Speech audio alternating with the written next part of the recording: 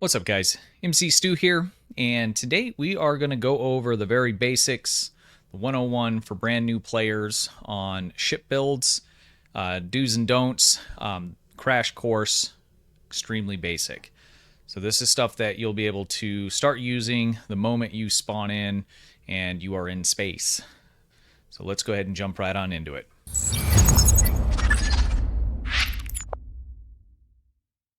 All right, the first thing we're going to talk about, the moment you get into space and you're in your ship and you have control over it, you're outside of it just like this, the first thing you are going to want to do right away that's going to improve the damage that you're putting out is you're going to want to crank up your weapons power settings. So you'll see mine are all the way up like this. You are going to see it looking like this. And it'll be 50, 50, and 50. I have a bunch of different things that are adding extra power into the different settings here. So when you see it like this, you're going to click this button here, and you are going to click on number 3. And this is going to allow you to manually adjust your settings. So let me see if I can get this down low enough. I have bonus power going in, but you're going to be at 50. We're at 53 here. And if we take a look, say, at the first weapon we have here, this is putting out 916.8 phaser damage. And if we crank this all the way up, you're going to see a good amount of difference here. So let's let that stack all the way back up. It takes a moment for that power to transfer to another subsystem. So if I adjust one, it takes a moment to do that. So if we look at it now, we're at 1300. So we're looking at 300 plus damage just by increasing your power settings. Now I do have Mark 12 weapons on. They're not fully upgraded, and we'll take a look at the build here in just a moment, but it's a substantial increase. I mean, we had a third basically additional damage output just by turning up our weapons power. So you're going to want to do that 101 when you're starting out. Everybody's going to start out with a weapons a weapons build. Let me just put it that way. Torpedo builds, science builds, those are a little more advanced, and that's not something you're going to want to try and do. You're going to have a lot of problems with that while you're leveling up. So you're going to want to stick with energy weapons, either beams, cannons, dual beam banks, those kinds of things. Pretty much everyone's going to get a ship to start with those items. It's not going to drop you in a science ship, even if you pick a science character, which is what this is. So for any of your weapons builds or your energy weapons builds, crank up the weapons power subsystem to maximum, okay? And once that's maxed out, hit the lock button so you don't accidentally mess with that.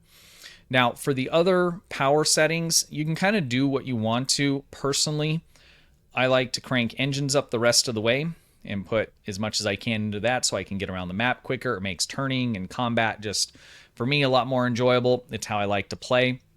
But if you decide you want to go shields, you can do that. Aux power is not really going to make any kind of difference for you, especially when you're starting off at level 10 or even up to level 50. If you were doing a science build or some specialty torpedo build, something like that, then you might want to crank this up. But I would recommend cranking up the weapons. Shields, I know in the show, in the movies, when the shields are down, it's over, right? In this game, that's not the way it is. Your hull and your resistance are going to be a lot more important to you than your shields. So I, again, would recommend cranking it up. If you are just struggling a little bit to start with, you can crank your shields up, but they're just not going to buy you a lot, especially depending on what enemies you're going up against. There's certain enemies that strip your shields basically right away, and so if that's the case, it's just a waste by putting the power into the shields. So definitely weapons power, crank it, and I personally would recommend cranking your engines all the way up with whatever you have left over. But these other 3 slots are up to you. If you don't crank this up, you're giving away damage that you just don't have to. All right, let's move on to 101 Basics number 2. So let's take a look at our gear.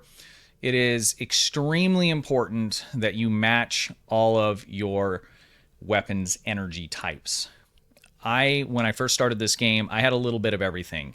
When you look at the different weapons and the different energy types, all of them are going to have some little proc that it does. I have a bunch of extra stuff in here because of the gear that's on there, but if we ignore it and when you're looking at it, you're going to just see some basic information along with a proc. So this particular one, because it's phaser, at the very bottom here, we have a 2.5% chance to shut down a random subsystem. This doesn't matter. This rate is so low, you'll even on the high end at end game, you're not going to notice any kind of real difference here. And that's kind of a later discussion when you get farther in the game. What's important though is that we're using all phasers. And why don't I just go ahead and unequip this, because this is just something different. So all phasers, what we have currently on the build, and we have one torpedo. Now the reason for that is, like I was starting to say, when I first started playing this game, I put a little bit of everything on here. So I had some Tetrion, because Tetrion has a 2.5% chance to drain shields. And then I had some phaser, and I had a couple other things, because I was looking at the procs and I was thinking, okay, well, I'd like to drain the shields, and then I'd like to turn off a subsystem. You know, whatever your reasoning is behind, maybe that's all you're kind of getting that's dropping. Even if you get a drop, say for, I don't know, a plasma weapon. So your ship starts off with weapons, they're just Mark 1s, let's say Mark 2s, and you get a drop for a plasma weapon that's Mark 5. I wouldn't even put it on, because you want all of these to be the same, especially with your tactical consoles, and we'll get to that in a moment. So the issue is that if you use multiple different kinds of energy types, each console that you equip in the tactical down here, and you'll see I have phaser boosting consoles here. So I'm getting 35.6% boost to my phasers. Well, this is boosting all of my phasers, and I have another one and another one. So it's stacking all of those up.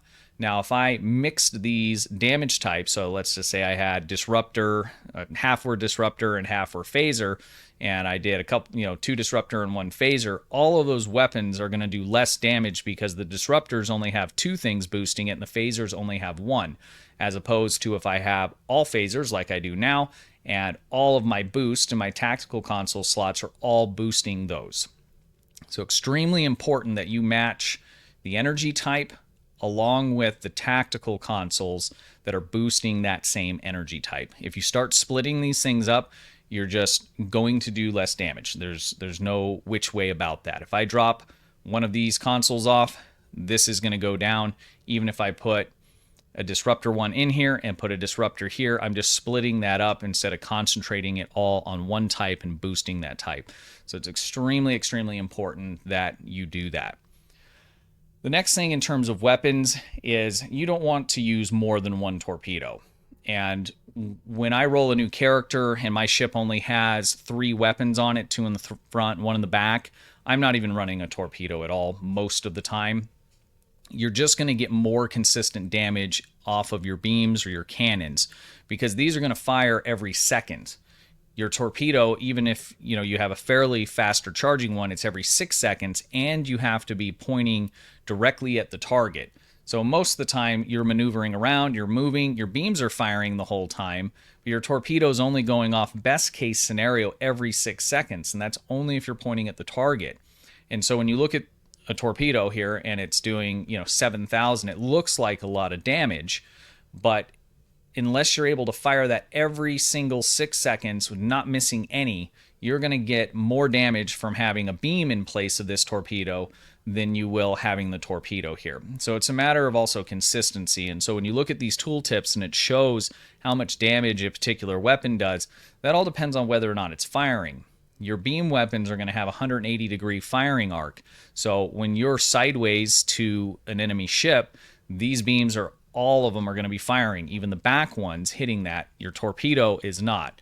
So I would recommend, until you start to move up through the different levels and you start unlocking more bridge officer seating where you need to fill it with some things, and you have more weapon slots on your ship as you move up the tiers in the ship, then you could add a torpedo in and it would make more sense. But just bear that in mind. Just because the number says a higher, this big 7,000 damage, and your beam is saying 900 here, you are not necessarily going to be doing more damage because you put, let's say, 3 torpedoes in the front. Because if you're having to wait 6 seconds, number one, it's what you're actually doing. You're almost doing the same if you were able to fire every 6 seconds on the dot. But if you were unable to fire for 10 or however long, you're going to be doing a lot less damage. So if you're going to run a torpedo, I like to. I just think it's fun, and I'm cognizant about the way my ship is pointing. Just make sure that your piloting is directing towards it, and don't run more than one. If you're running more than one, you're giving damage away that you just don't have to do. Secondly, I would recommend not running it in the back, especially on your lower tiered ships, because you're generally going to have a lot less weapons in the back. And so I know in some cases you want to do a maneuver where you're fighting and then you're kind of turning away and the torpedoes go out. It feels good. If you like that, do it. But in terms of just damage output, you're better off having beams in the back, because when you're broadsiding, those back beams are going to be continually firing as long as you're perpendicular to the enemy ship, and you're just going to get more damage. So it kind of goes right in line with what we're talking about in terms of whether or not they're up front or not. But it's a lot easier, I think, to get those torpedoes off if they're in the front when you're piloting forward. So if you're going to run a torpedo, only run one, and I would highly recommend waiting until you get up into a tier 4 ship or 5 ship where you just have more weapons available to you, because you're just going to do less damage with the torpedo, because you're just not going to be firing it as much as what you will for a beam. I'm not going to get into the rest of this stuff here. I will just say, in your engineering consoles, I would focus on, look at your mission drops. All of this stuff comes from mission drops, and I have a video. I'll put it down in the description. It's a very similar build to this. It's all mission drop stuff, things that are boosting phaser or giving you damage resistance. I'll link that down in the description. Check it out for the consoles in between. But here's where you can get kind of creative. What I will say is I would focus on, resistance kinds of things, or power to weapons kinds of things. And those are going to be like things that just drop in missions and TFOs just randomly that you can pick up or you can craft. Otherwise, just check out the video that I'll link down below, and it'll explain what this stuff is and why it's good and where you can get it for free from mission drops. Let's go ahead and move on to the bridge officer seating. So if we go to stations, so this could probably be a whole video by itself, but let's start with the basics, okay? Firing modes. When you put together a ship or you're just starting off, you are going to want to pick which kind of firing mode you're going to do. So for energy weapons beams, you're either going to have fire at will or you're going to have beam overload. So I have beam overload here. I don't think I have fire at will. Here's a fire at will too. So one's going to do direct damage, big burst. The other one's going to fire at a lot of different stuff. I would recommend doing beam overload number one. You're just going to draw more aggro, especially if you're getting into some of the early TFOs, although if you're real low level, you're not even going to be going into those. So that's up to you what you want to do. Whatever is fun for you, do it, and that's why we're here. The main point of this is that you are going to want to look at your tactical stations. So if this is let's say a tier 3 ship, so you have like 2 tactical stations, you want your firing mode to be the highest rank that you can possibly fit on the ship. So that's what you're going to prioritize. So on this ship, I have a lieutenant commander tactical, and so beam overload is running what I'm running on this ship, and so that is going to get that highest level spot. So whatever the main firing mode is, or the main firing mode for the type of build that you have, you want the highest ranked mode that you can fit. So I wouldn't want to run torpedo spread 3 here and beam overload 2, right, in the lieutenant slot, because my beams are what are going to fire the most. And so I want those to be running under this special firing mode as much as possible. So you want to make sure that that's there. And then secondarily would be your secondary weapon. In this case, we have a torpedo, and you want to put in spread 2. That's the next highest thing that I can put in. Now, in the ensign slot here, you do not want to go there and put, say, another torpedo firing mode or another beam firing mode, even if it's fire at will, because these are going to share a cooldown. So for instance, if I had fire at will and I don't, I just put that in because I don't know what I'm doing, or I'm thinking, hey, I'll use this if I have a lot of enemies around. The problem you run into is that they share a cooldown. So if I fire this off here, and you can't see it on my bar because I don't have it on, but fire at will, if it were here, you would see that it's on a cooldown timer. You cannot use them both at once. And so one of the biggest issues that I see, and it's similar to the gear you put on your ship, is a lot of times we want to do more than we should. So we want to have this for backup, or we want to have these couple different kinds of weapons. And what you really want to do is kind of focus in a particular direction. If it's beam overload, it's beam overload. Don't mix fire at will in.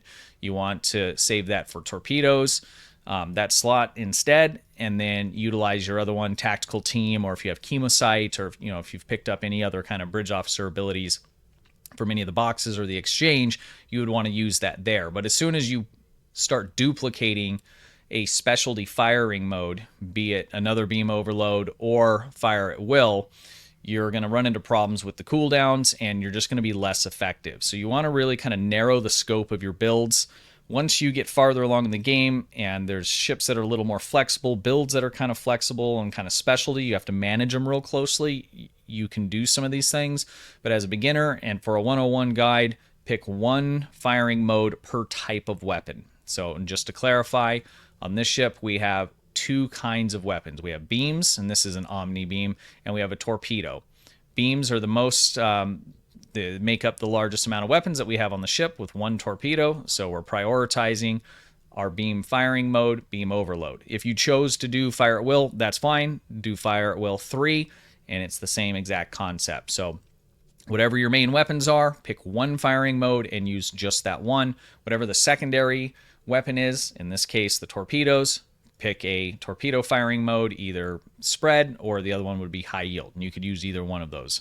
This video isn't really about what to use and the build itself, but really the methodology behind setting up the ship.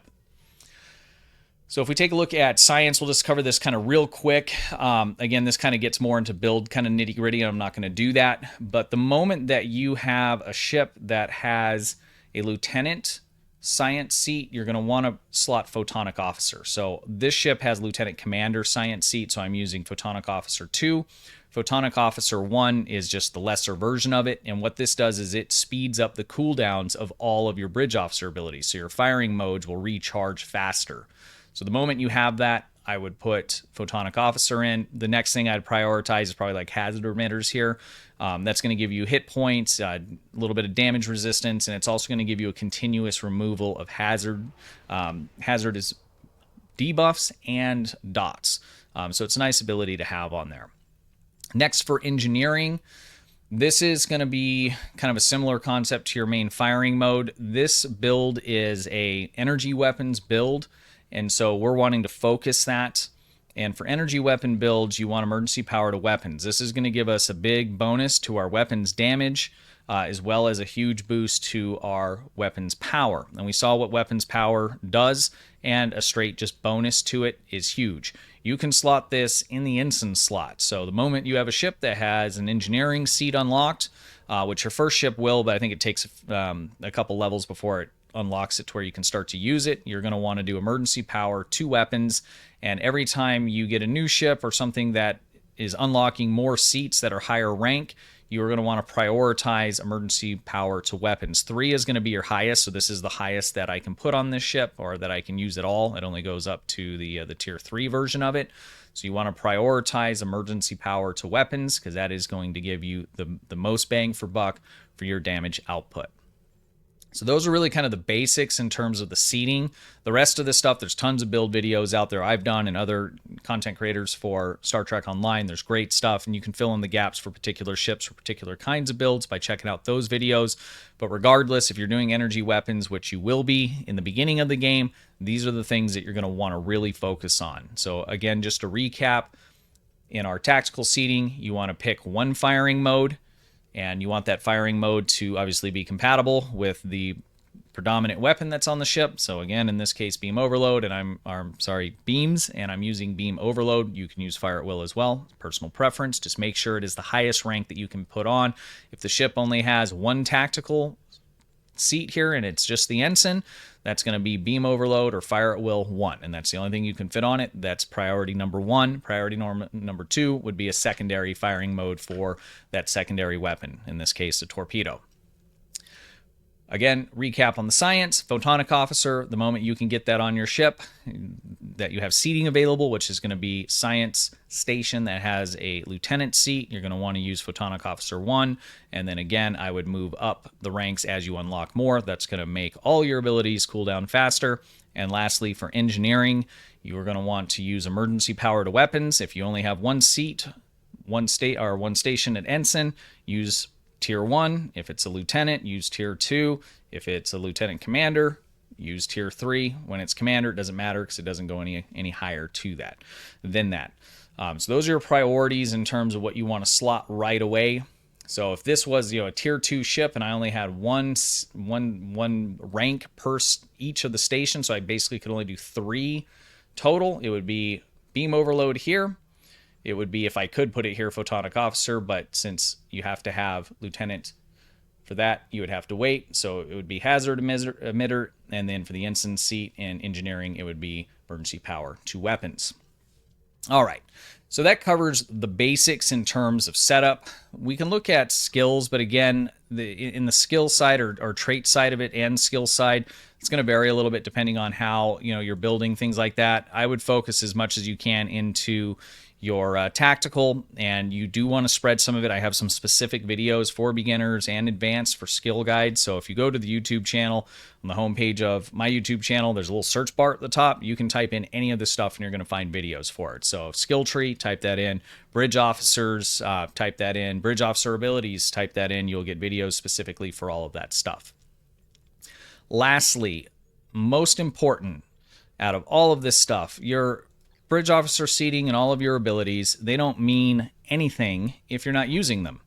I see a lot of times people will put together builds. I'll look at parses, when I'm doing a run, and I can see what everybody else is using, and they didn't activate a firing mode one time in a mission or in a TFO.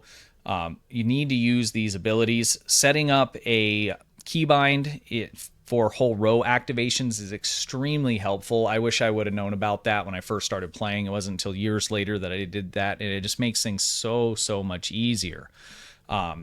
If you don't have that, and especially in the very beginning, you only have 3 abilities, so it's like it doesn't really matter. So if you're going to manually click it, you're going to want to make sure that you're clicking Photonic Officer, Beam Overload, and Torpedoes at a minimum constantly, and Emergency Power to Weapons. You can see all the stuff here is my keybind, so this just runs and runs and runs when I hit spacebar. As much as I possibly can, it's running and running and running and running.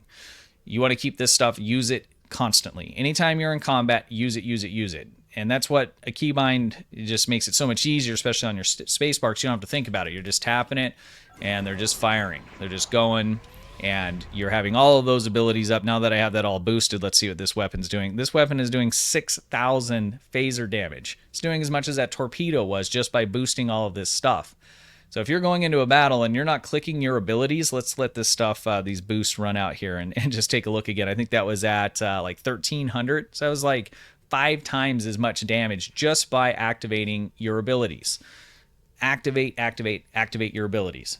Go to the homepage on my YouTube channel, type in Keybinds.